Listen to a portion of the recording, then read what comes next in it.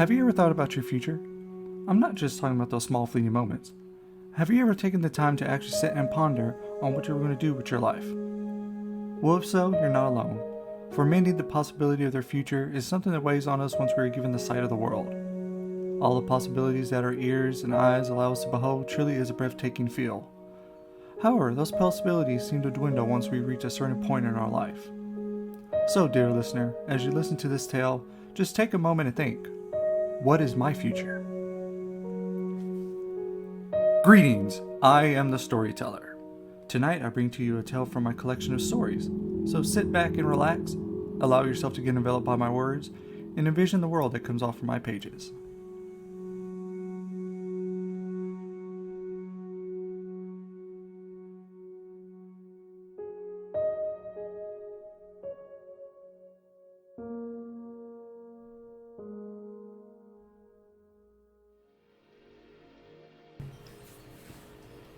Trent Thirst had been a down-on-his-luck high schooler.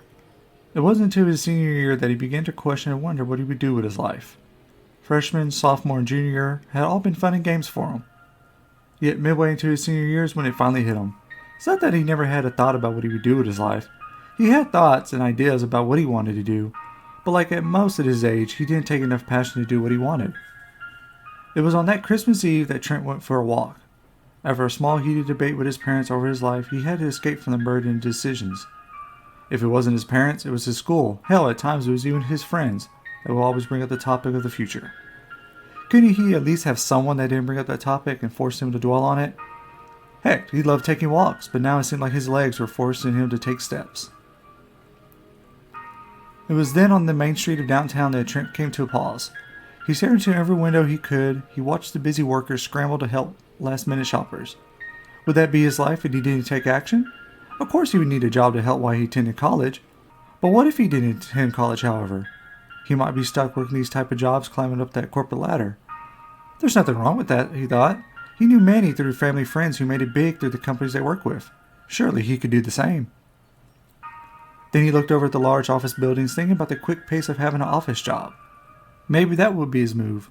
Most jobs did require a college degree, but office job had entry levels he could do. Trent ruffled through his hair with all these different outcomes. Office or retail, which would be his future? Or will there be something else for him? What's the matter, kid? A cheery voice entered his ears, causing Trent to snap out of his dilemma for the future. He turned around to see an elderly man in ragged clothes, whose face was also covered in dirt. Sorry, didn't mean to scare you. The name's Dean. The man was clearly homeless just by the look at him. It never occurred to Trent until seeing this man that this could also be his future. Would he end up flunking out and failing at his work to the point that he would become one of the homeless begging for that next day? Hey kid, I don't know what you're thinking about, but you shouldn't dwell on it too much, Dean said. Life looks scary. However, if you don't let it control you, it's not so bad. Dean let out a snarky laugh. Trent once again looked over the disheveled man. The dirty, covered, and worn-out clothes, the man truly was the stock image of the homeless. Then Trent's eyes caught sight of something that seemed out of place on this dirty, covered man. There, on the man's waist, hung a small little wool cat ornament, holding an even smaller little cat in its paws. Unlike the man's clothes, there was not a speck of dirt or even dust on the little ornament. Oh, did little Mitt catch your eye? Mitt, Trent said with curiosity. Yes, sir. Dean wore a big, hearty smile. Mitt's been with me ever since that day. When that word day slipped his lips, it sent Dean into a silence and narrowed his eyes. I guess something happened that day? Dean sparked back with his earlier joy.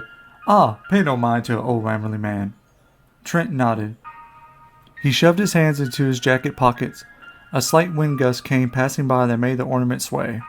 Brr, it's getting cold, Dean laughed again. So what's a kid like you soaking in this weather for? He snuggled himself into his ragged coat as best as he could. He sniffed and scrunched up his nose. I wanted to take a walk to forget my troubles. Dean smiled wryly with a false shaking laugh. Well, kid, if I may, it looks like your troubles are digging in. Dean rubbed his nose to the point that became blush. Now, what's got you so blue in this cold? The future, Trent said softly. He walked over to a nearby bench to sit. He leaned his head back, staring up at the sky. Dean looked upward towards the sky as well. The future, huh? Well, yeah, the future will be in space after all. Trent smirked. No, I mean my future. Like, what will I do? I haven't even taken the time to think about it at all. He sighed.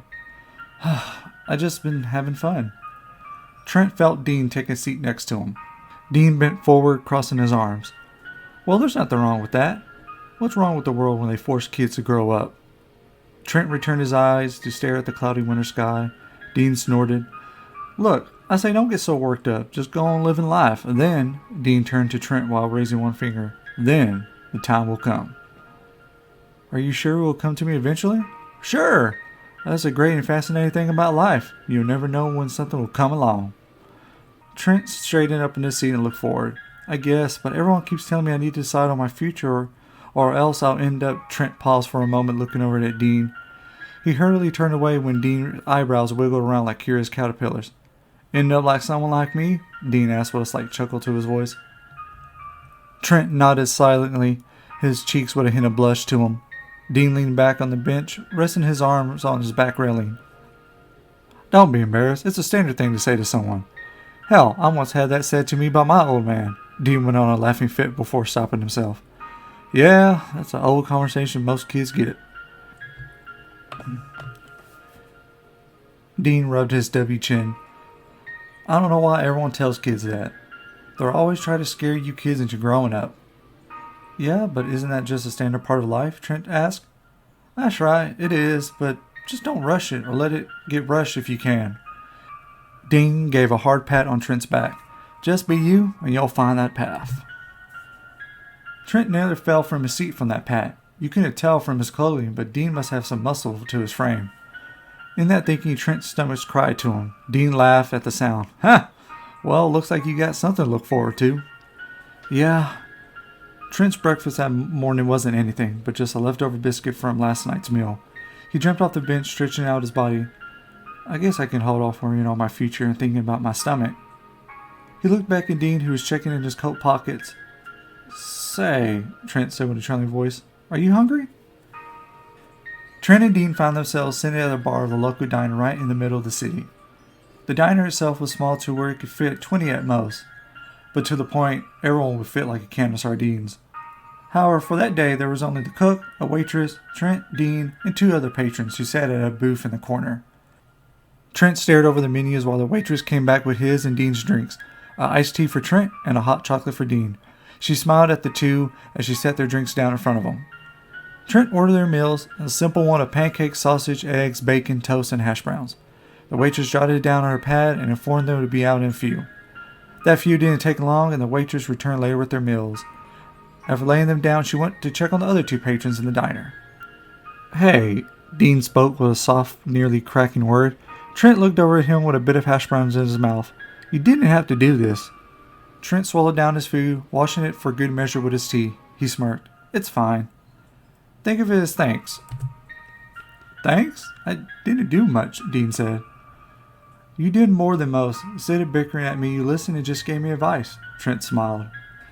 Dean could feel water swelling in his eyes. He grabbed a nearby napkin to wipe his face. Well, heck, kid. Thanks. He grabbed his fork, thinking which bite he would taste first. I haven't had pancakes in so long. Mostly soup at the local shelters. He chuckled heartily. Here we go.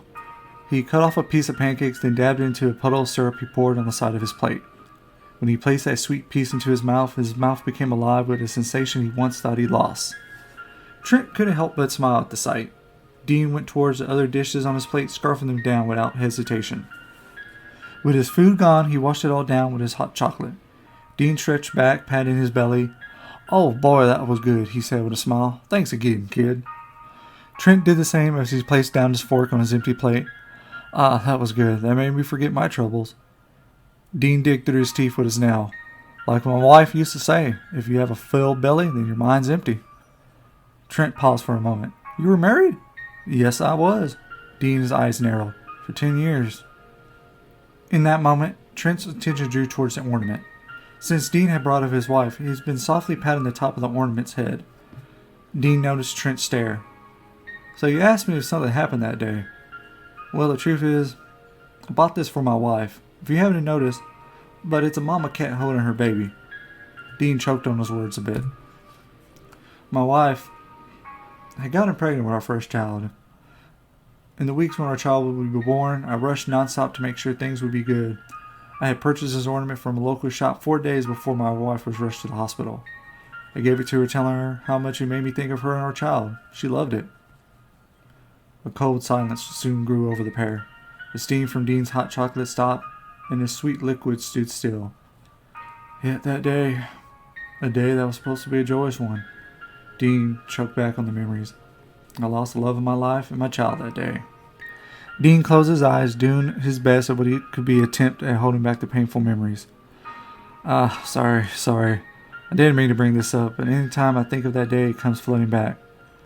I know they say with time it gets better, but for me, I'm still in that hospital room shaking and powerless.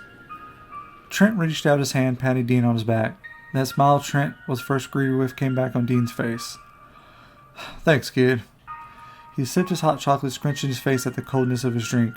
After that, I couldn't focus on work, nor could I keep up with anything else for that matter. Eventually, I lost it all. He paused and patted his ornament. Well, not everything. I'm so sorry. Trent turned away, swirling his straw in his tea. I didn't mean... I don't know what to say. Dean returned the pat to Trent. Hey, don't worry about it. It's not something you did. Heck, it's nothing no one did. Not me, the doctors, not anyone. It's just... Well, it's life. Dean nodded his head. So simple to put. Yeah, I guess it is that simple, Trent repeated. Life, it's scary to think about, but you're given all these choices only for them to start dwindling down upon them. Dean chuckled. Yeah, then eventually you'll hit the end and begin to think upon all those choices that you took and the ones you let slip by. Dean rubbed his chin. Still, the life I had wasn't a bad one. I loved my wife, and she loved me. I know she and our child are living together, and one day I'll know I'll see them again. Though I'm sure she'll yell at me for wearing the same clothes and living like a slob. Dean let out a hearty laugh that made everyone look over at him. Trent followed by doing the same kind of laugh. Suddenly, 7 chimes echoed from the diner's wall clock. Trent and Dean stared up at the time, both surprised that nearly 4 hours had come and went. It's 7 already, Trent said. Goes to show time flies. Dean got up from his seat, followed by Trent, who left the appropriate payment and tip on the counter. They stepped out only to be hit by a strong cold wind. Both of them mumbled some words of hate at the sudden burst that hit them. Damn, it's getting colder, Dean said. He wrapped his dingy coat around himself tightly. Trent stuffed his hands into his pockets. Say, do you have a place to stay in this weather? Dean nodded. Sure do. Besides, don't worry about me. Me and Mitt have been in the worst conditions than this. Dean let out a long yawn. Now, you head on home. Sure your parents are worried. Thanks again for the meal. And remember, don't let life scare you. You'll figure it out. I will, thanks. Trent paused for a moment to look back at the diner. Dean, if I ever have a free moment and have some extra cash on me, how about we meet up here again? What? No, kid, you don't have to. Heck, this was more than enough. Yeah, but I don't mind. You took your time to do something no one else ever did, and that was a lesson. I feel like doing this. The bottom of Dean's eyes felt colder than his entire body. He pulled up his hand to wipe away a tear. Damn, kid. He swallowed back the rest of his tears to smile. Well, I don't want you to come every day. How about every Christmas Eve? Wait, are you sure? I don't mind.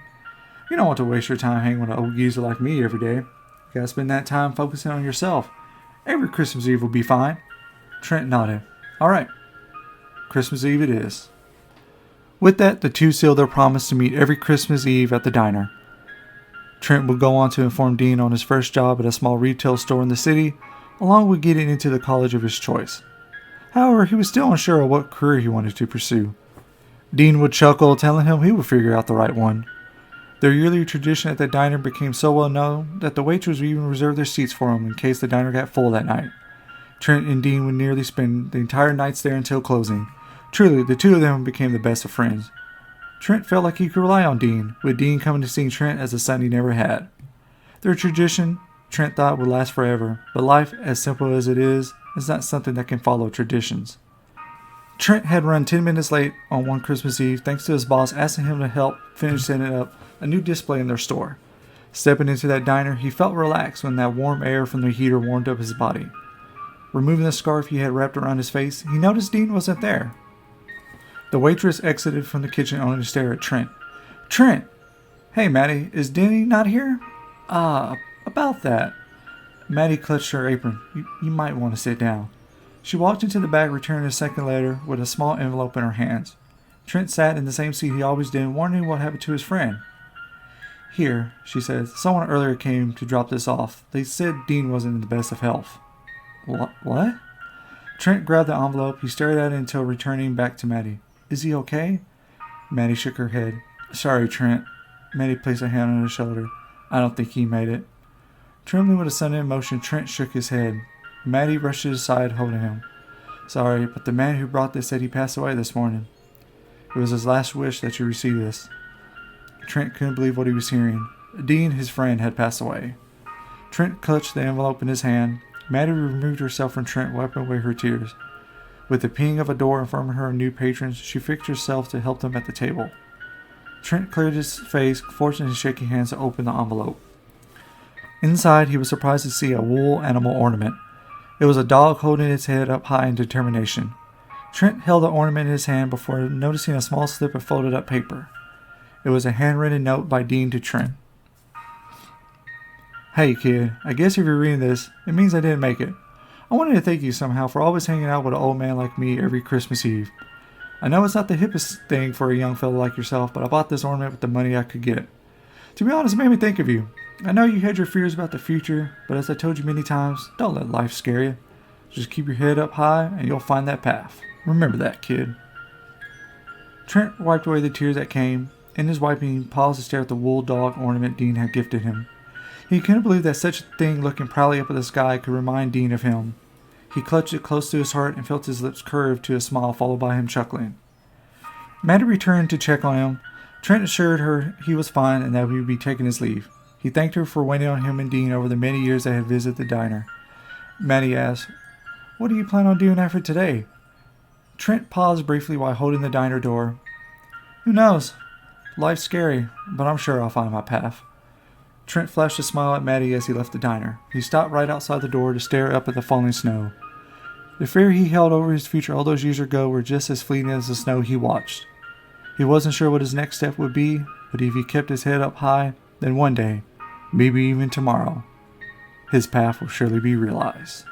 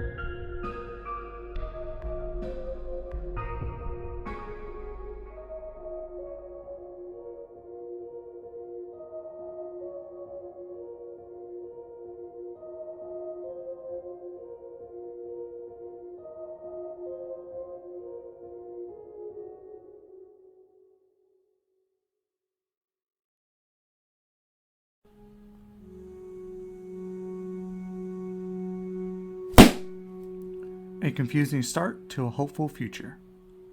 So what do you think Trent's future will be? With the way he held his head, perhaps it's a good one. I hope, dear listener, you have reached that moment in your life. Either you discovered your future on your own, or like in Trent's case, you had someone by your side to help you along the way. In any case, dear listener, whatever the future may hold in store, just remember to keep your head high, for no one's future has ever reached them with their heads down. I would like to thank all of you for joining me tonight, and I do hope you enjoy this tale. This is farewell for now. Remember these words, everyone. Though these might sound like mere words of fiction to you, for the ones who live in them, they are a very resounding reality.